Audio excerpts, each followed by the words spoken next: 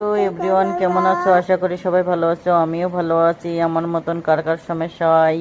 আমার ঘরে আমি, আমার বর আর আমার মেয়ে থাকি। তারপর আমার বরের জন্য আলাদা রান্না করতে হয়, আমার জন্য আলাদা রান্না করতে হয়।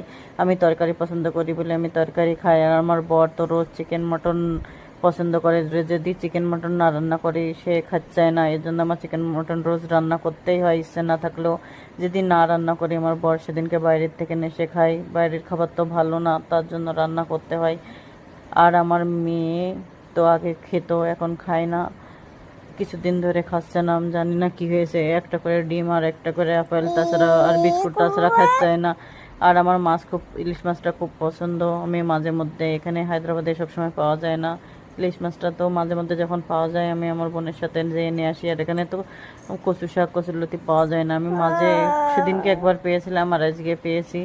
তো চিংড়ি মাছ দিয়ে আর ইয়ে দিয়ে